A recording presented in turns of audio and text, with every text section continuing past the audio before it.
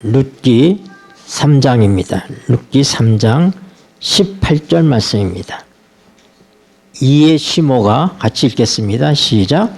이에 시모가 가로되 내 딸아 이 사건이 어떻게 되는 것을 알기까지 가만히 앉아 있으라. 그 사람이 오늘날 이 일을 성취하기 전에는 쉬지 아니하리라. 네. 룻기는 이 사사시대 때 있었던 아주 특별한 한 사건으로서 고엘이라고 불리는 고엘, 그걸 다른 말로 하면 기업 부를 자입니다.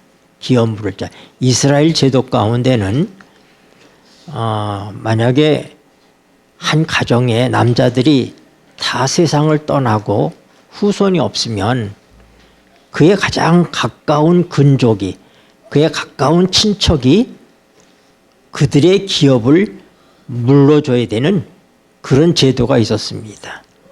네, 우리 룻기를 여러분들이 대부분 다 아시죠? 룻기에 나오는 사람은 이 나옴이라고 하는 한 어머니가 말론과 기론 그리고 엘리멜렉 남편을 더불어서 이민을 갑니다. 유대 나라 베들레헴에서 살던 사람이 그 땅에 기근이 들어서 모압 땅으로 이민을 가게 됐어요. 근데 모압에 가서 기련과 말론이 이제 아들들이 장성했기 때문에 오르바라고 하는 모압 여인과 룻이라고 하는 이 모압의 여인을 취해서 며느리를 삼습니다. 그런데 이상하게 몇 년 사이에 남편도 세상을 떠나고 기련과 말론 이 아들 둘도 세상을 떠납니다. 그래서 이 집안에는 남자가 하나도 없게 됐어요. 그야말로 세 여자, 세 과부만 있게 됐습니다. 참 딱한 일이죠. 네. 나오미 그리고 오르바라고 하는 모압 여인과 룻이라고 하는 이 또 다른 모압 여인. 그러니까 기련의 큰아들 기련의 아내는 오르바였고 작은 아들 말론의 아내는 룻이었습니다. 이제 나오미가 가만히 생각할 때 자기가 이 모압 땅에 있을 이유가 없는 것입니다. 이제 자식도 다 잃고 남편도 다 잃어버리고 이제 고향으로 돌아가야 되겠다 생각을 했어요. 또 고향에는 이미 기근이 지나서 이제 농사 짓기가 좋고 그렇다는 모든 얘기를 들으면서 그가 이제 고향으로 가기로 작정하고 두 며느리를 불렀습니다. 그래서 얘기하기를 나는 이제 내 고향으로 돌아가려고 그러는데 너희들은 이제 여기 남아서 너희 나라니 모압에 남아서 너희들이 이제 새로운 가정을 이루고 그렇게 살아가라 하고 나오미가 얘기를 합니다. 두 여인이 다 아니라고 저희는 어머니를 따라가겠습니다 하고 얘기합니다. 그런데 룻이 간곡하게 야 너희가 나를 따라가가지고 무슨 너희들이 덕볼 일이 있겠느냐. 나는 이렇게 늙었고 내가 이제 남편을 얻어서 자식을 낳는다 할지라도 그 자식이 언제 커서 너희의 남편들이 되겠느냐. 이스라엘의 제도는 큰아들이 만약 결혼해서 자녀가 없이 죽으면 그 작은 아들이 형수를 통해서 형의 후손을 낳아주는 그래서 형사수치법이라는 그런 법이 있습니다. 그런데 더 이상의 아들이 없어요. 나오미에게 더 이상의 아들이 없습니다. 그래서 내가 이제 또 가서 남편을 얻어서 내가 자식을 낳아서 그 자식이 자라서 너희들이 남편이 되는 이런 일이 가능하겠냐? 그러니 그러지 말고 너희 고향으로 돌아가라. 너희 친정으로 돌아가라. 그렇게 얘기합니다.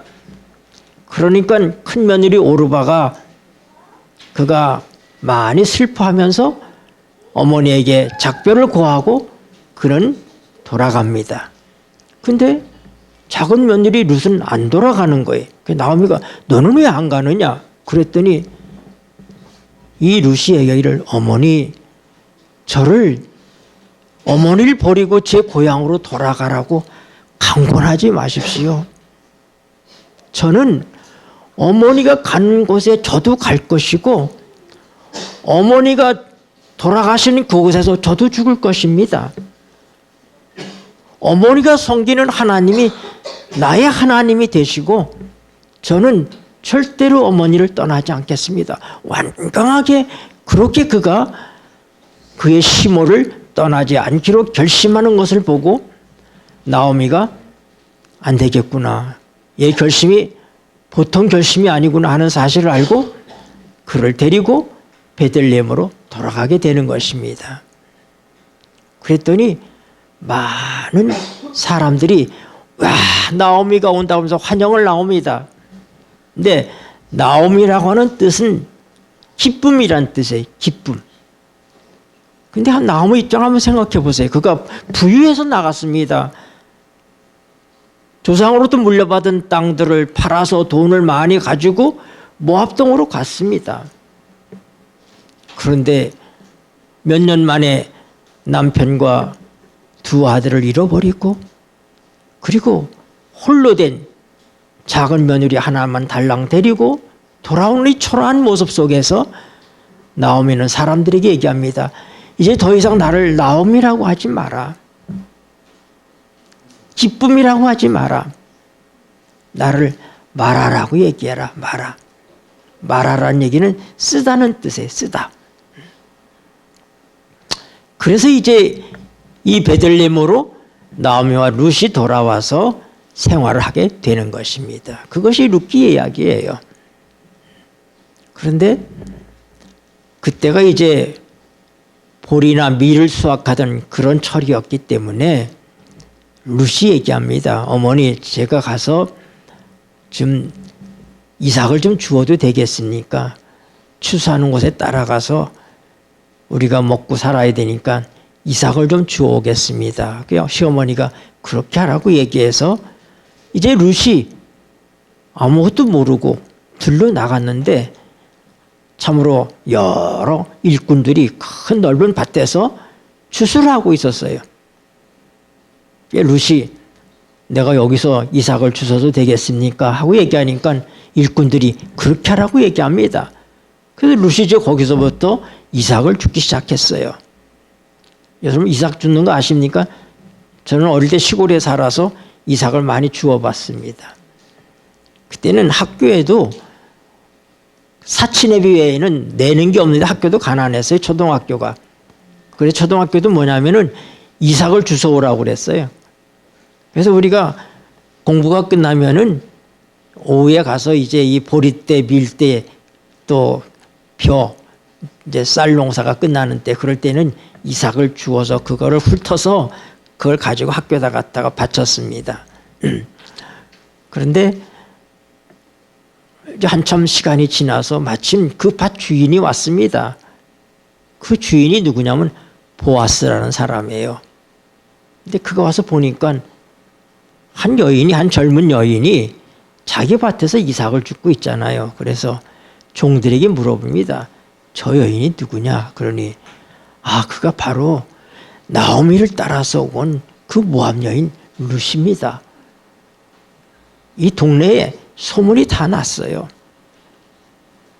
룻이라고 하는 이 여인이 어머니를 버리지 않고 남편도 없는 이 과부된 이 룻이 어머니를 쫓아서 그도 역시 하나님을 믿고 그러면서 살겠다고 어머니의 고향으로 돌아왔기 때문에 모든 동네 사람들이 룻을 참으로 귀하고 아름답게 보고 있었습니다.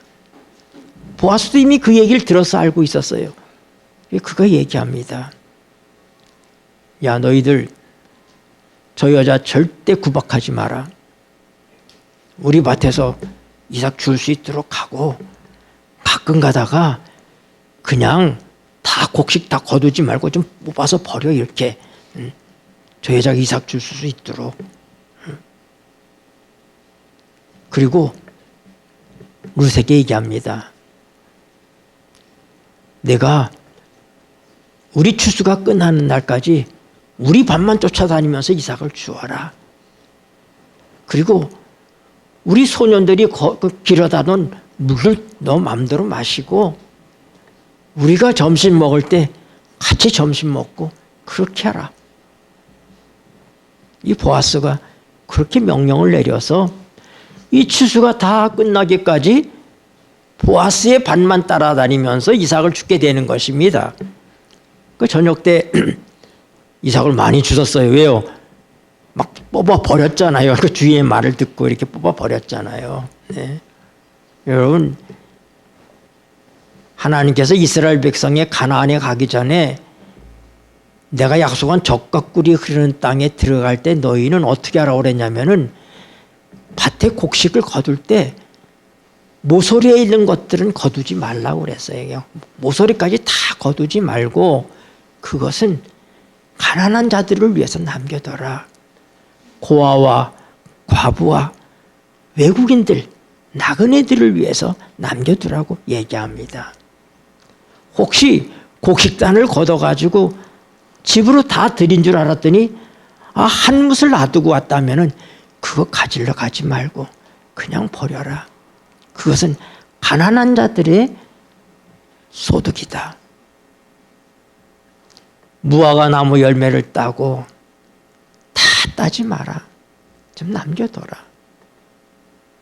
포도나무 열매들 따고도 남겨두라고 얘기합니다. 감람나무 열매를 딸 때 꼭대기 있는 것까지 다 따지 마라. 남겨두라고 얘기합니다. 이것은 고아와 과부와 나그네들의 소득이다. 너희가 그렇게 하면 복은 내가 너에게 주겠다. 여러분, 보아스는 바로 모세를 통해서 주셨던 이 말씀을 철저히 그는 그대로 이행하고 있었던 것입니다. 그래서 절대 자기 종들에게 여인에 대해서 나무라지 말고 그를 친근하게 대하고 또 먹을 것도 나눠 먹고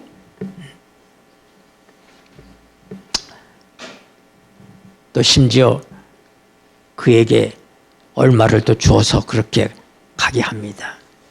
그 시어머니가 많이 가지고 오니까 오늘 내가 네 밭에서 이렇게 기삭을 주웠냐 그랬더니 제가 줬다 보니 보아스라고 하는 사람 밭에서 주셨습니다. 그런데 그분의 인품이 얼마나 좋은지 이렇게 저한테 했습니다 하고 얘기하니까 이 나오미가 그래 잘했다.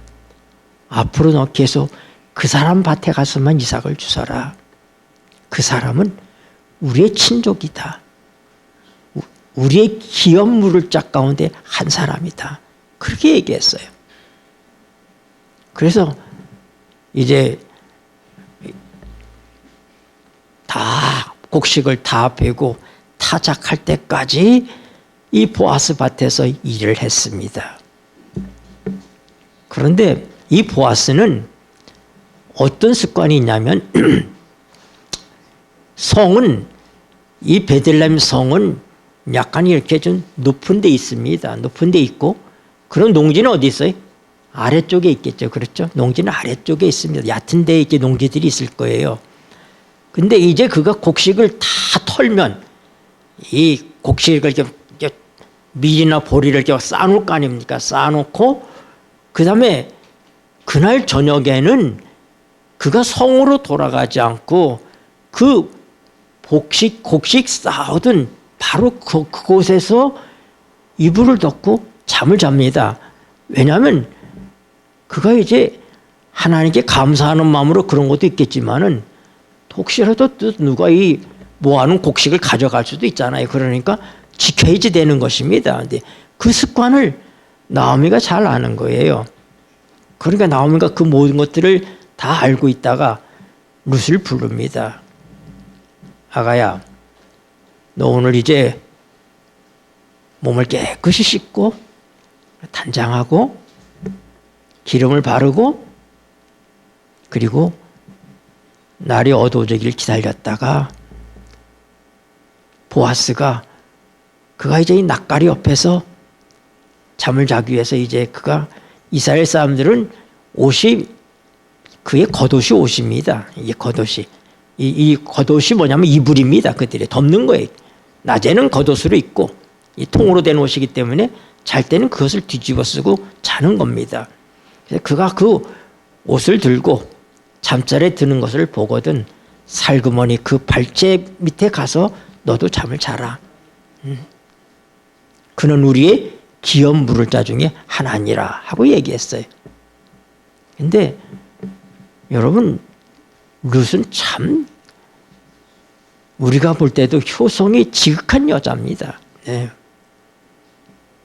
효는 하나님께서 귀하게 보시는 거예요. 십계명 가운데 둘째 돌비, 십계명이 두 돌비잖아요. 첫 번째부터 네 번째는 하나님에 대한 사랑이고 다섯 번째서부터 열 번째가 이웃에 대한 사랑인데 바로 이 두 번째 돌비의 첫 번째가 뭐냐면은 내 부모를 공경하라는 말입니다. 네. 그리하면 내가 너에게 준 그 땅에서 내 생명이 길리라 그렇게 말씀하셨어요. 한 재미난 얘기가 있어요. 신라시대 때 현덕왕 때 손순이라는 사람이 살았어요. 손순. 근데 이 사람은 늙은 어머니를 지극히 복양하는 그런 효성스러운 아들이었습니다. 근데 이 손순에게는 어린 딸이 하나가 있었습니다. 금주옥엽 하나가 있었는데 어려운 집안에서 이 부부가 날품을 팔아가지고 그래서 어머니에게 뭘 귀한 것을 이렇게 대접을 하면 요 손녀딸이 다 뺏어 먹는 거예요, 그냥. 예?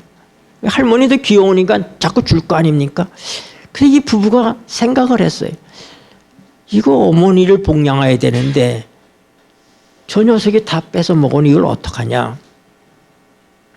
어머니는 늙으셨기 때문에 돌아가시면 우리가 다시 모실 수 없지만 자식은 또 남은 되는 거니까 할 수 없이 우리가 우리의 자식을 포기하자.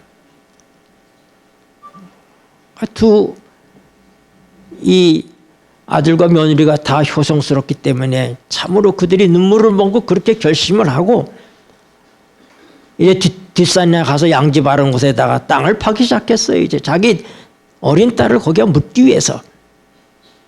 그래서 땅을 한참 파는데 뭐 단단한 게 나옵니다. 이게 단단한 게 나오는데 보니까 그냥 돌이 아니라 문양이 있는 돌이에요. 이게 무슨 일인가 해가지고 그걸 깊이 팠더니 거기서 커다란 돌로 만든 종이 나왔어요. 종. 땡땡 때리는 종 있잖아요.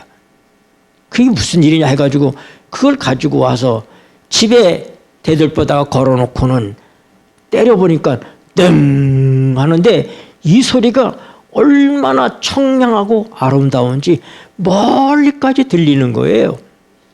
그래서 이게 가끔 그 종을 때리니까 사람들이 그 종소리를 들었습니다. 그래서 이 종이 어떻게 생겼냐고 다 물어보니까 그들이 얘기를 다 하니까 야, 하늘이 너의 효심에 탐복해서 이런 귀한 것을 너에게 줬는가 보다. 다들 그랬는데 이 종소리가 현덕왕 귀에까지 들렸어요.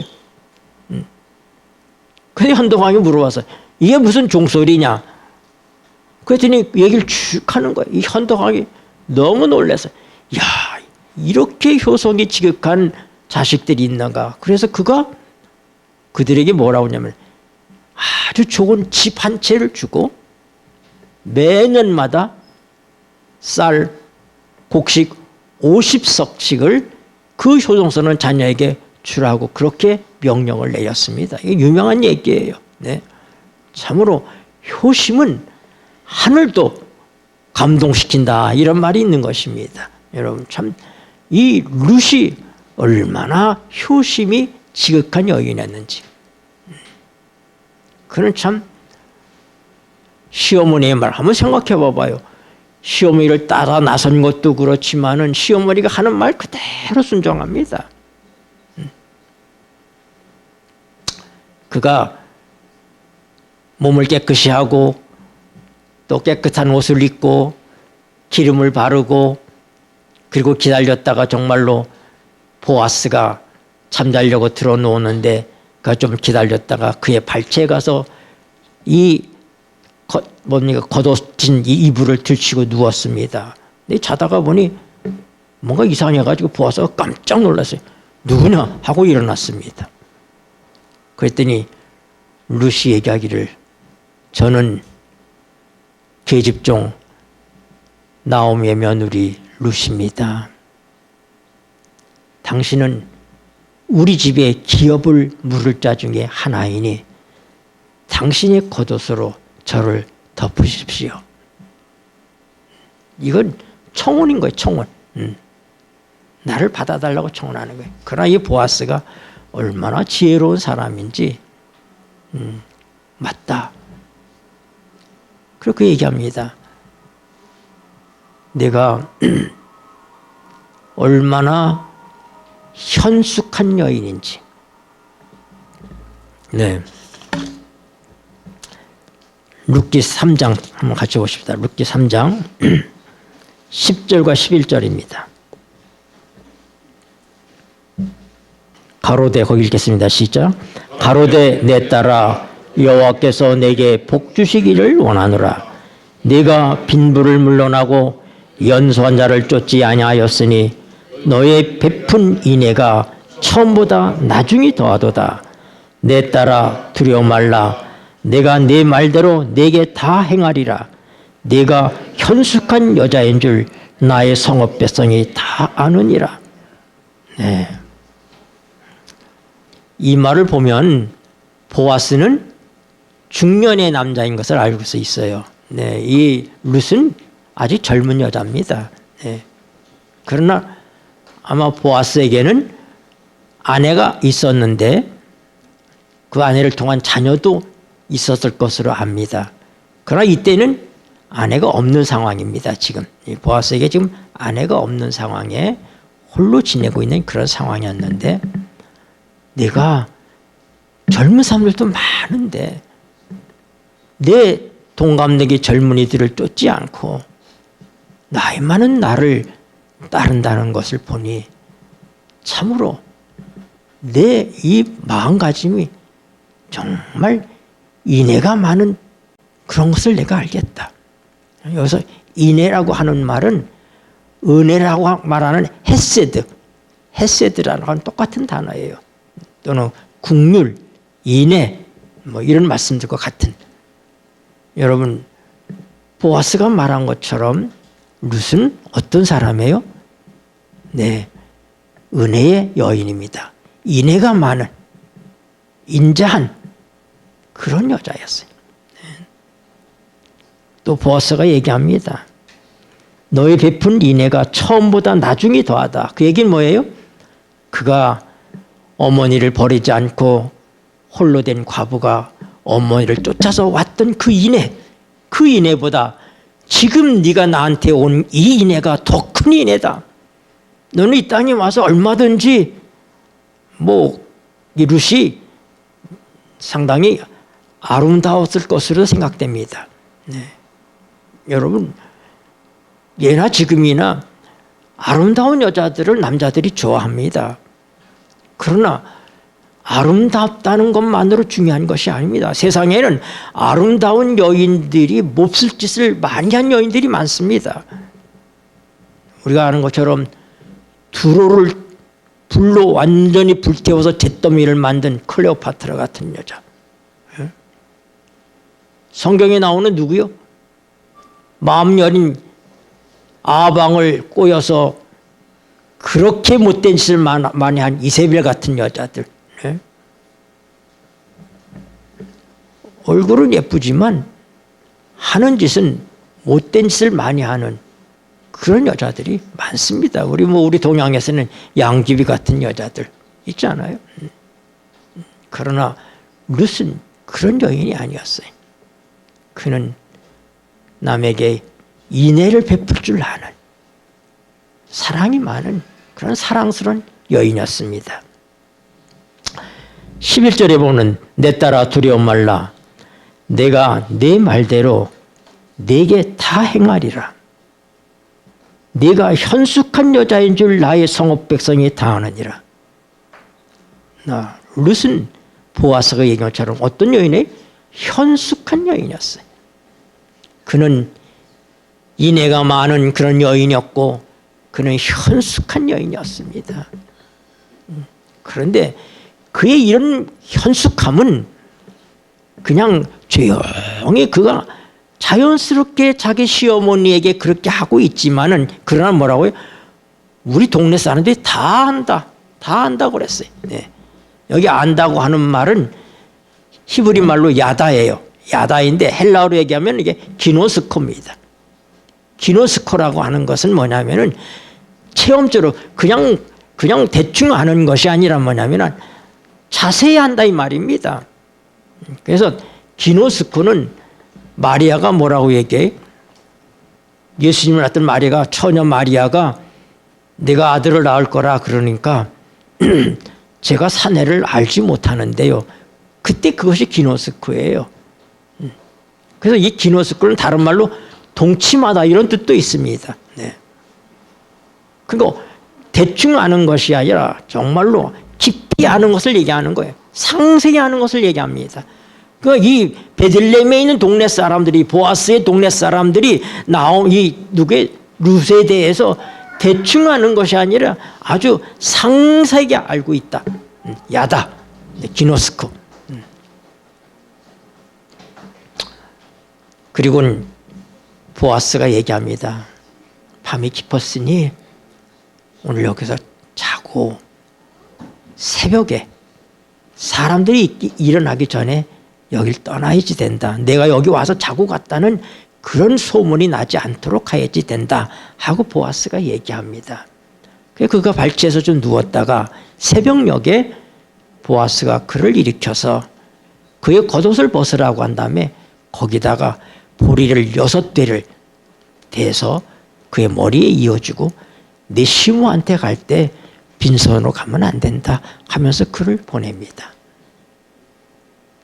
그래서 이제 그 집으로 돌아가니 그의 어머니가 딸아 어떻게 되었느냐 하고 얘기하니 그가 그 모든 얘기를 시어머니에게 다 얘기하니까 그때 시어머니가 하신 말씀이 우리가 읽었던 본문의 말씀 18절에 있는 말씀이래.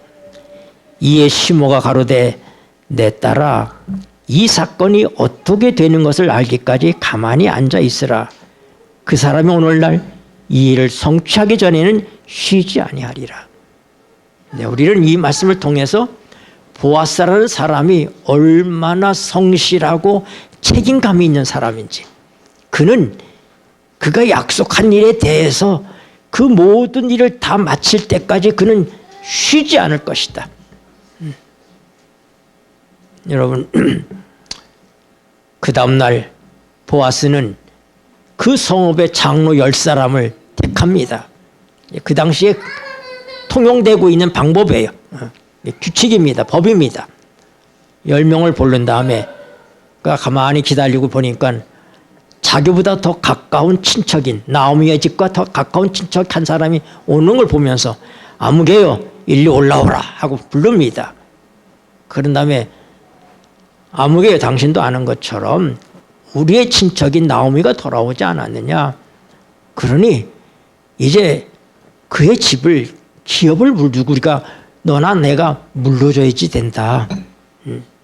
네가 물르겠느냐 하니까 그가 그렇게 하겠다고 얘기합니다. 근데 그거 덧붙여요. 그러면 네가 그 기업을 물르는 날에 기업을 물은다는 얘기는 지금 이스라엘 백성들은 토지가 영원히 남의 것이 되지 않습니다. 가나안을 정복한 다음에 토지 분배를 다 했어요. 다 지파마다 각 가정마다 분배가 돼 있습니다. 그리고 혹시 내가 어려워져서 내 토지를 판매하면 이 판매했던 토지가 희년으로부터, 희년이라는 것은 안식년, 1년, 2년, 3년, 4년, 5년, 6년, 7년이 안식년, 7년의 때는 농사를 짓지 않도록 했어요. 땅을 쉬도록 했습니다. 이렇게 안식년이 7번이 지나가고 그 그럼 77이 49잖아요. 그렇죠? 그럼 49년이 지나가고 50년째가 되는 때가 희년이에요. 그 희년이 되면 그들이 돈이 없어서 팔았던 모든 그들의 토지가 그대로 다시 주인에게로 돌아오는 것이 그것이 희년의 제도예요. 혹시 남의 가정에 종으로 팔려갔다 할지라도 종도 다시 자유를 얻어서 희년이 되면 돌아오게 되는 것. 이게 하나님께서 이스라엘 백성에게 주신 제도인 것입니다. 그러니까 아마도 이 아비멜렉이 이사 갈 때 모압으로다가 이민 갈 때 그걸 팔지 않았겠습니까? 팔았지만은 그러나 사실 그거 주인은 누구예요? 아비멜렉 거예요. 네. 아비멜렉 거니까 그걸 어떻게 해야 돼? 신년까지 몇 년 남았는지를 계산하면은 이 토지값이 나오는 거예요. 그럼 그 토지값을 가까운 친척이 대신 물러줘서 그 토지를 그의 친척인 아비멜렉에게 돌려주는 것. 이게 기업 물을 자예요. 네. 이거 얼마나 아름다운 제도입니까? 네. 근데 그건 하겠다고 그랬어요. 근데 얘기합니다. 그런데 네가 그렇게 하는 것만이 아니라 그 집에 기련의 아내였던 룻이 와 있다. 너는 룻을 아내로 취해서 거기서 자식을 낳아가지고 말론을 대신해서 말론의 후계자로 삼아줘야지 된다 하고 얘기하니까 이 사람이 아유 난 그건 못하겠다. 그건 우리 집에 여러 가지 어려움이 있을까 그건 못하겠다. 그러면서 그 당시에 그들이 포기하는 것이 어떻게 하냐면 신발을 벗어서 자기의 권리를 포기한다는 뜻을 신발을 벗어서 상대에게 주는 것입니다. 그래서 이 사람이 신발을 벗어서 보아스에게 주니까 보아스가 여러 장로들 앞에서 여러분이 보는 가운데 이 사람이 이렇게 포기했기 때문에 내가 이제 이 사람 다음에는 기업 물을 자의 자격이 나이고 나 외에는 더 이상 없습니다. 나는 이 모든 것을 그대로 다 기업을 물고 룻을 취해서 그를 통해서 자녀를 낳아서 말론의 자식을 삼는 그 일을 제가 이행하겠습니다. 장로님들 이들의 증인이 되시겠습니까? 그랬더니 그들이 다 기쁘게 우리가 다 일의 증인이 되었다 하고 얘기하면서 이제 룻을 통해서 너희 집이 라헬과 레아 야곱의 아내였던 라헬과 레아를 통해서 12아들이 태어나잖아요. 그렇죠? 레아와 라헬과 레아처럼 그렇게 하나님께서 풍성하게 복을 주기를 원하노라. 그렇게 얘기합니다. 그래서 어떻게 돼요? 보아스가 기업을 물어주고 그리고 그가 룻을 취해서 아들이 태어나는데 그 아들을 낳았을 때 동네 많은 여인들이 7아들보다 더 귀한 며느리가 나오미에게 아들을 낳아줬다. 그러면서 그들이 다 기뻐하고 칭송하면서 그의 이름을 동네 아주머니들이 지어주는데 오벳이라고 짓습니다. 오벳. 근데 오벳은 누구를 낳아요? 이새를 낳고 이새는 다윗 왕을 낳습니다. 그래서 우리가 아는 것처럼 보아스의 아버지가 살몬입니다. 살몬은 누구의 남편이냐면 여리고성에서부터 구출받았던 기생 라합의 남편입니다. 그 보아스는 누구의 아들이? 라합의 기생 라합의 아들입니다. 근데 이 보아스가 또 누구예요? 이방령인 룻을 취해서 거기서 누가 태어나요? 오벳이 태어나고 오벳이 이새를 낳고 이새가 다윗을 낳고 그러니까 그 오벳은 누구의? 다윗의 할아버지가 되는 거예요. 여러분 우리 하나님은 어떤 하나님이시냐? 오늘 이 룻기를 통해서 보여지는 것은 룻과 나오미는 우리와 같은 아무것도 가지지 못하고 아무것도 이룰 수 없는 모든 것을 잃어버린 그런 존재, 이 룻의 처지, 나오미의 처지가 오늘 우리들의 처지인 것입니다. 그리고 이 기업 물을 자를 대표해서 나타나는 이 보아스는 예수님을 상징합니다. 우리 예수님은 잃어버린 우리 모든 것을 되찾아 주시는 우리의 친정한 기업 물을 자 고엘이신 것입니다. 고엘이라고 하는 것은 가장 가까운 친척으로서의 의무를 다하다, 그런 뜻이 있는 거예요. 기업을 물어주다, 가장 가까운 친척으로서 그의 의무를 다하다, 이런 뜻이 고엘 속에 들어 있습니다. 예레미야 34장 2절 이 일을 행하는 여호와 읽겠습니다. 시작. 이 일을 행하는 여호와, 그것을 지어 성취하는 여호와, 그 이름을 여호와라 하는 자가 이같이 이르노라. 너는 내게 부르짖으라. 내가 내게 응답하겠고 내가 알지 못하는 크고 비밀한 일을 내게 보이리라. 여러분, 보아스가 어떤 사람이었어요? 나오미가 얘기하기를 이제 그는 이 모든 일을 성취하기까지 쉬지 아니할 것이다. 여러분, 우리 하나님은 우리를 회복하시는 일을 위해서 성취하시는 일을 멈추시지 아니하시는, 딜레이 시키지 않는, 늦장 부리지 아니하시는, 성취하신 일에 열심이신 바로 보아스와 같은 우리의 친정한 기업 물을 자가 우리의 구주이신 예수 그리스도라고 하는 것입니다. 참으로 고향을 등지고 갔다가 다 잃어버리고 빈털터리가 돼서 참으로 과부가 된 며느리 하나만 데리고 돌아와서 먹을 것이 없어서 이삭이나 주어서 먹을 수밖에 없는 그런 가련한 여인들을 위해서 기업 물을 자로 보아스가 나타나서 그 가정을 다시 일으키고 그를 통해서 후사를 낳아주는 이 고마운 보아스, 이 보아스야말로 우리의 삶에 있어서 진정한 기업 물을 자인 예수 그리스도라는 사실을 오늘 이 말씀은 우리에게 보여주고 있고, 보아스는 바로 예수 그리스도를 표상하는 인물로 나타나는 것입니다. 여러분, 우리 하나님은 정말 우리를 사랑하시는 하나님이십니다. 시편 31편 한번 보십시다. 시편 31편. 내게 귀를 기울여 읽겠습니다. 시작. 내게 귀를 기울여 속히 건지시고 내게 견고한 바위와 구원하는 보장이 되소서.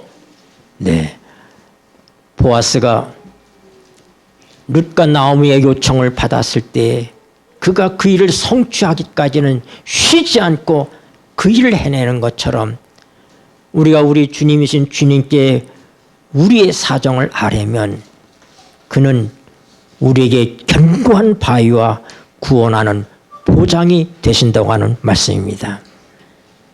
시편 121편 한 편 더 봅시다. 시편 121편. 여호와께서 읽겠습니다. 시작.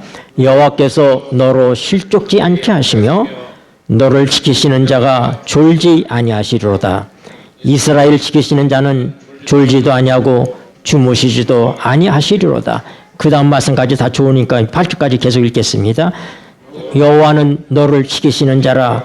여호와께서 내 우편에서 내 그늘이 되시나니 낮의 해가 너를 상치 아니하며 밤의 달도 너를 해치 아니하리로다.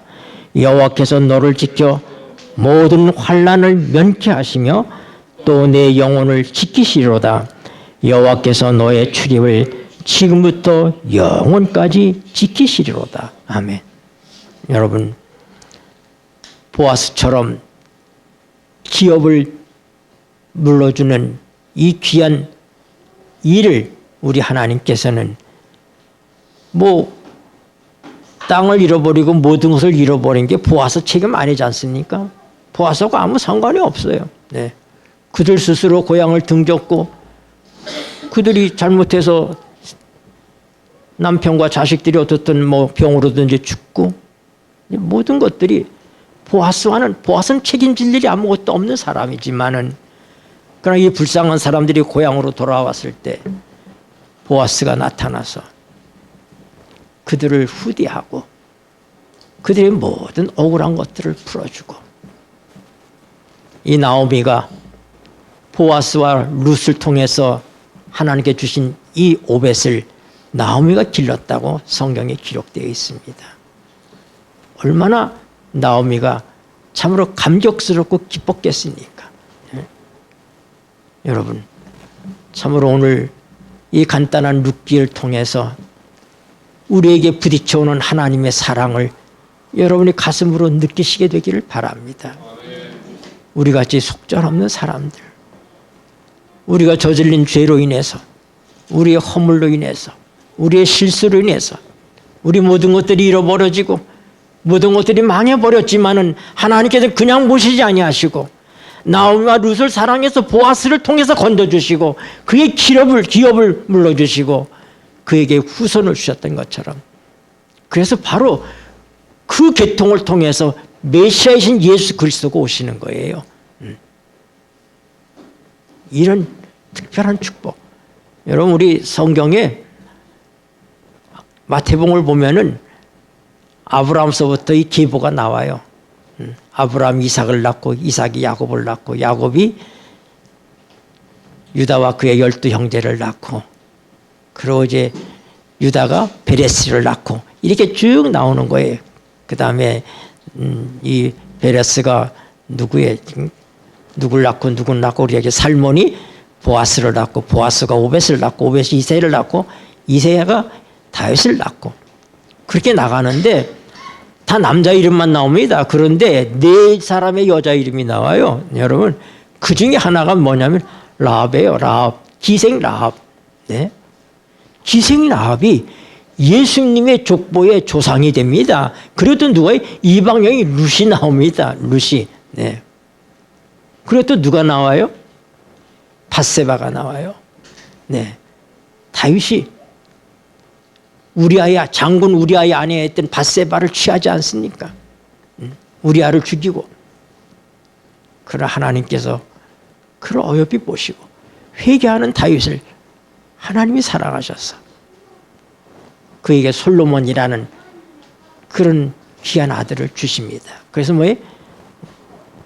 우리아의 아내 밧세바를 통하여 솔로몬을 하나님께 주시고, 그리고 누구요? 동정녀 마리아를 통해서 예수님이 태어나는. 그래서 여성의 이름이 예수님의 족보에 4사람이 등장하는데 그 4사람의 그 입장들이 각각 다르다고 하는 것입니다. 이방 여인이고, 네. 네. 제가 빠졌어요. 마리아가 들어가는 게 아니라 마리아는 어머니지만은 유다가 베레스를 누구를 통해 낳냐? 그의 며느리를 통해서 낳습니다. 다말의 며느리예요. 네. 여러분, 유다가 아들들을 장가들였는데 맏아들이 죽었어요.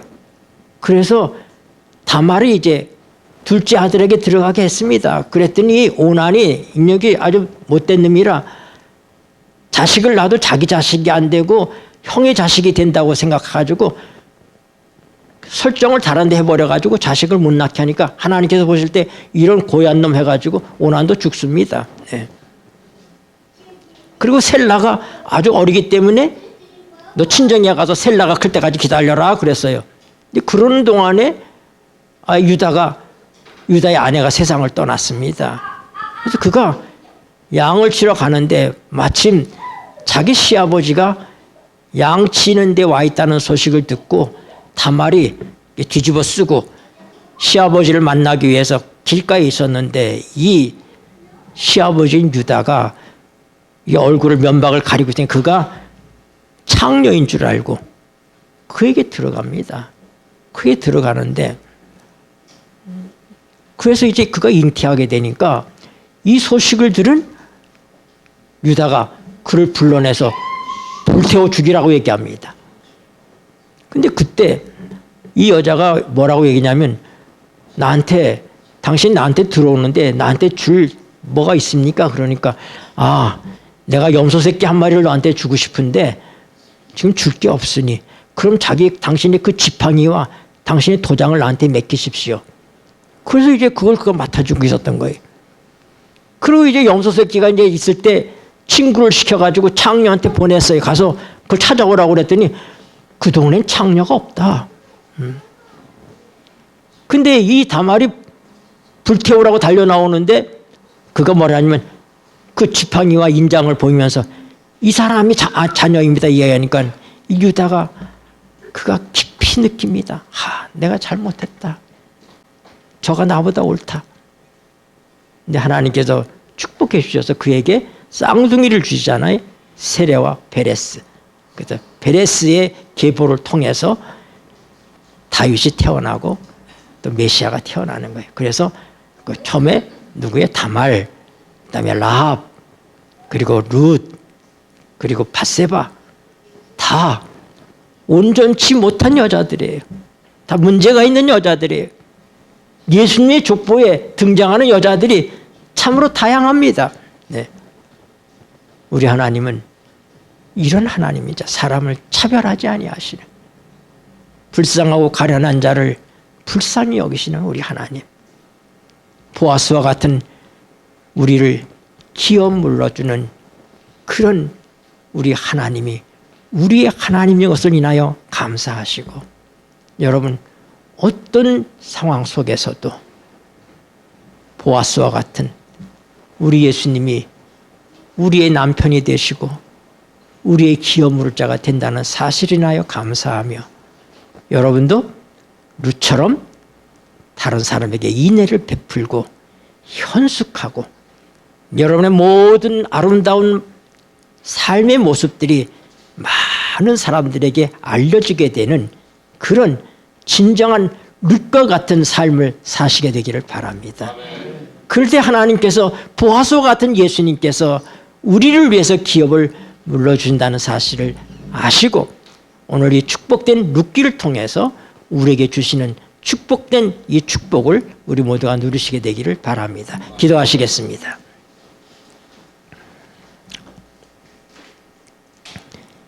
지렁이 같은 너 야곱아, 너 이스라엘 사람들아, 두려워 말라. 나 여호와가 말하노니 내가 너를 도울 것이라.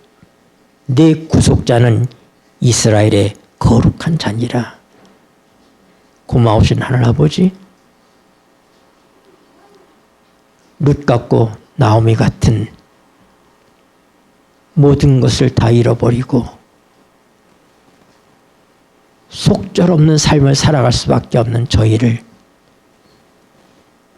보아스를 통해서 그 가정을 다시 세우신 것처럼 모든 것을 되돌려 놓으신 것처럼 우리의 진정한 고엘이신 우리의 기업 물을 자이신 예수님을 인하여 감사를 드립니다.